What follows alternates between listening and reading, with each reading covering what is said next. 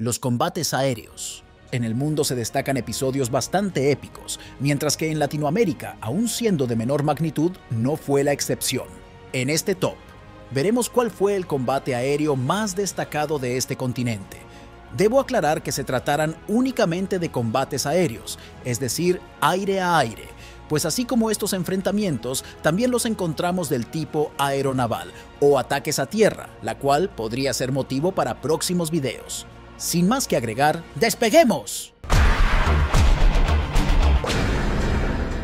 Usualmente se conoce al combate aéreo en el Chaco como el primero de América. Sin embargo, este que verás a continuación aconteció 10 años antes de dicho conflicto. En el contexto de la Revolución de 1922 en Paraguay, un episodio histórico se materializó con el primer combate aéreo en Sudamérica. La revuelta, desencadenada en respuesta al veto del presidente provisional Eusebio Ayala, unió a 3 zonas militares y partidarios de Eduardo Schaerer contra el gobierno. El combate se desató el 5 de noviembre, cuando un Ansaldo SV-A5 rebelde bombardeó el campamento gubernamental. El teniente Patrick Hassett, a bordo de un SV-A5 gubernamental, se lanzó al enfrentamiento, logrando forzar la retirada del rebelde. Al día siguiente, otra unidad rebelde atacó, resultando en un enfrentamiento más intenso. Con destreza adquirida en la Primera Guerra Mundial, Hassett maniobró con habilidad, hirió al piloto rebelde y lo obligó a realizar un aterrizaje forzoso, consolidando así la importancia de la aviación en la historia militar sudamericana. Domingo 4 de diciembre de 1932, a las 11 a.m., los cielos de América Latina se convirtieron en el escenario del primer combate aéreo y derribo en la historia de la aviación del continente, durante la Guerra del Chaco, en la que se enfrentaron Bolivia y Paraguay. Un avión paraguayo, Potés 25, pilotado por Trifón Benítez Vera, realizaba un vuelo de reconocimiento cerca del sector kilómetro 7, cuando fue avistada por los puestos de observación bolivianos.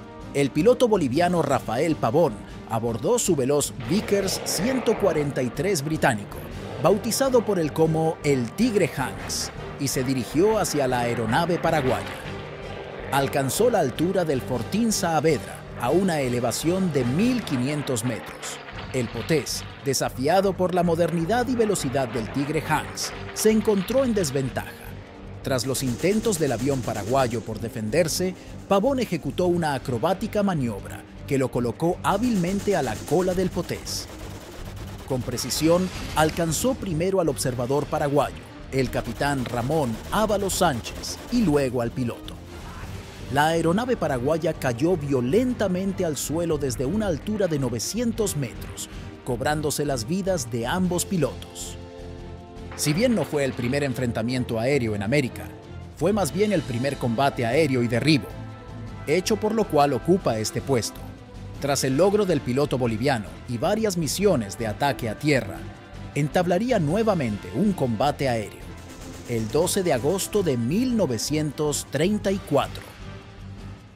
Esta vez encontraría la muerte al enfrentar a otro avión Potés, pilotado por el capitán Carmelo Peralta, junto al observador y artillero teniente primero Rogelio Echeverry. Este último alcanzó con la ametralladora Madsen al Vickers de Pavón y lo derribó. El piloto boliviano y su observador saltaron, pero murieron horas después.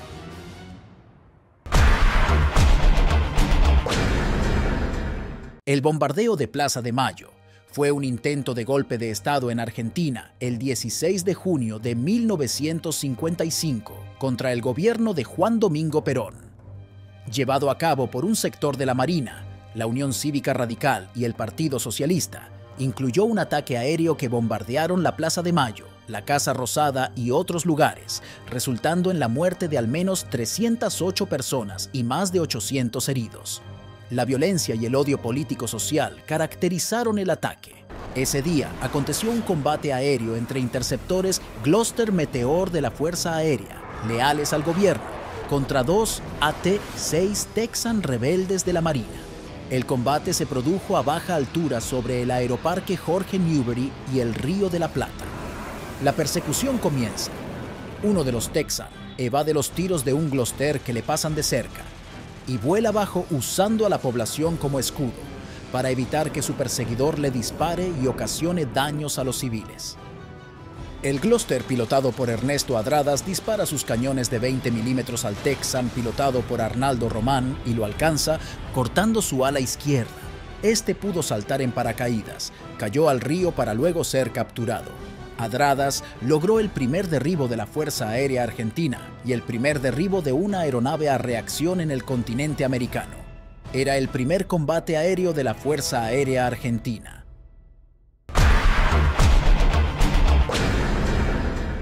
La Guerra de las 100 Horas entre Honduras y El Salvador en julio de 1969 se desencadenó tras tensiones políticas y sociales entre ambas naciones. Durante el conflicto, ambas partes utilizaron aviones de combate obsoletos, marcando la última participación de aparatos estadounidenses de la Segunda Guerra Mundial.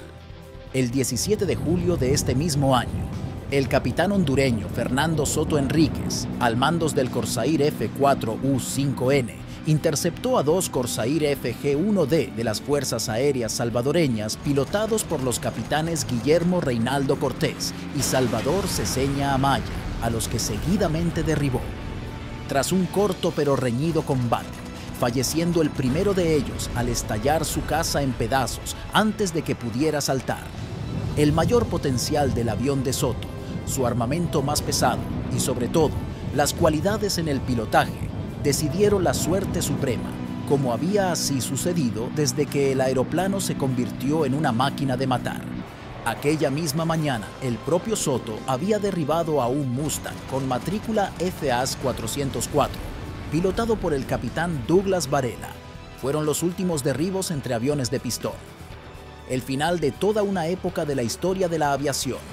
Esto le logró varios reconocimientos a nivel mundial, que incluso se le invitó a una reunión de personalidades de la aviación conocida como Eagles Gathering en los Estados Unidos. Estos combates aéreos entraron a la historia por ser los últimos en realizarse, teniendo como contrarios aviones propulsados por hélices. Su aparato, el Corsair FAH-609, fue finalmente retirado en 1981 y se encuentra en exhibición en el Museo del Aire de la ciudad de Tegucigalpa, MDC. El combate a continuación corresponde también al último conflicto bélico internacional en Latinoamérica, que enfrentó Perú y Ecuador en 1995.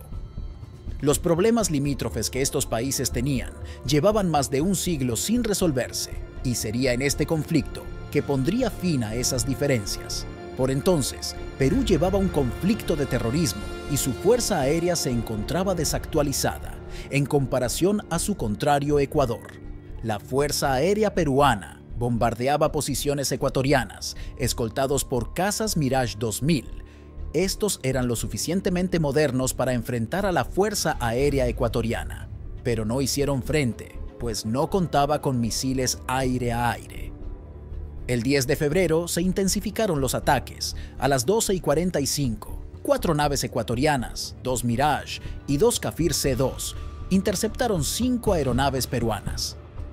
Un Kafir derriba un A-37B peruano y 2 Sukhoi 22 peruanos son derribados por los Mirage F-1, mientras que otro A-37 peruano, pilotado por Fernando Hoyos, logra escapar de un Kafir C-2 tras una gran maniobra volando a ras de los árboles.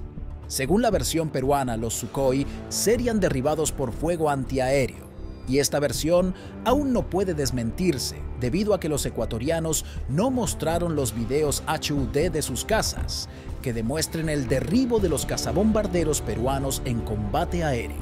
Este logro de la Fuerza Aérea Ecuatoriana consiguió que dominaran el frente aéreo. Las condiciones en las que se encontraban las unidades aéreas peruanas no podían competir con la superioridad tecnológica ecuatoriana en este conflicto.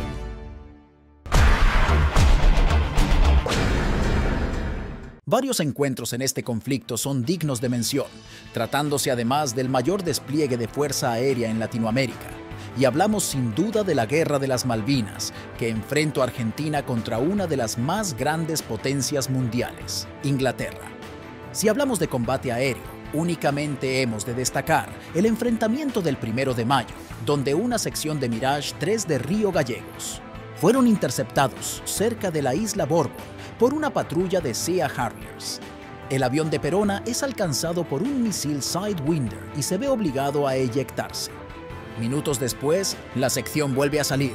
A las 3:54, sale una sección de Daggers. El avión de Rode regresó por fallas y el avión de Ardiles quedó solo. Ataca una fragata que se dirigía a Darwin y hace contacto con el Centro de Información y Control Malvinas, que lo mandó a interceptar un Harrier, pero se trataba de dos, pilotados por Penford y Hale. Uno de ellos maniobró como señuelo y el otro se ubicaba tras el Dagger. Ardiles estuvo lo más cerca de derribar un Harrier en toda la guerra. Este lo esquivó y el Harrier de Hale le disparó un misil. Ardiles no pudo eyectarse. Antes que Ardiles fuese derribado, 3 Canberras salieron de Trelew. Debían atacar buques en Bahía Anunciación, pero fueron interceptados al norte de las islas por 2 Sea Harriers, pilotados por Broadswater y Curtis. Este último disparó un misil al Canberra de González e Ibáñez. Antes que cayera al mar, pudieron eyectarse, pero no pudieron ser rescatados. Hubo más episodios como la Batalla de San Carlos, desde el 21 hasta el 27 de mayo, o el ataque a Bahía Agradable el 8 de junio, por mencionar algunos ejemplos donde se dio un mayor despliegue de las fuerzas aéreas y donde Argentina lograría varios impactos en la Armada. Pero estos se trataban más bien de combates aeronavales, episodios que estarán en un próximo video sobre la Guerra de las Malvinas en este canal. Aterricemos hasta el día de hoy. Estos fueron los combates aéreos más destacados de la historia militar de Hispanoamérica. ¿Conocías todos estos? ¿Cuál te impresionó más? Y por último, ¿te gustaría ver otro top de este tipo? Deja tu opinión en los comentarios.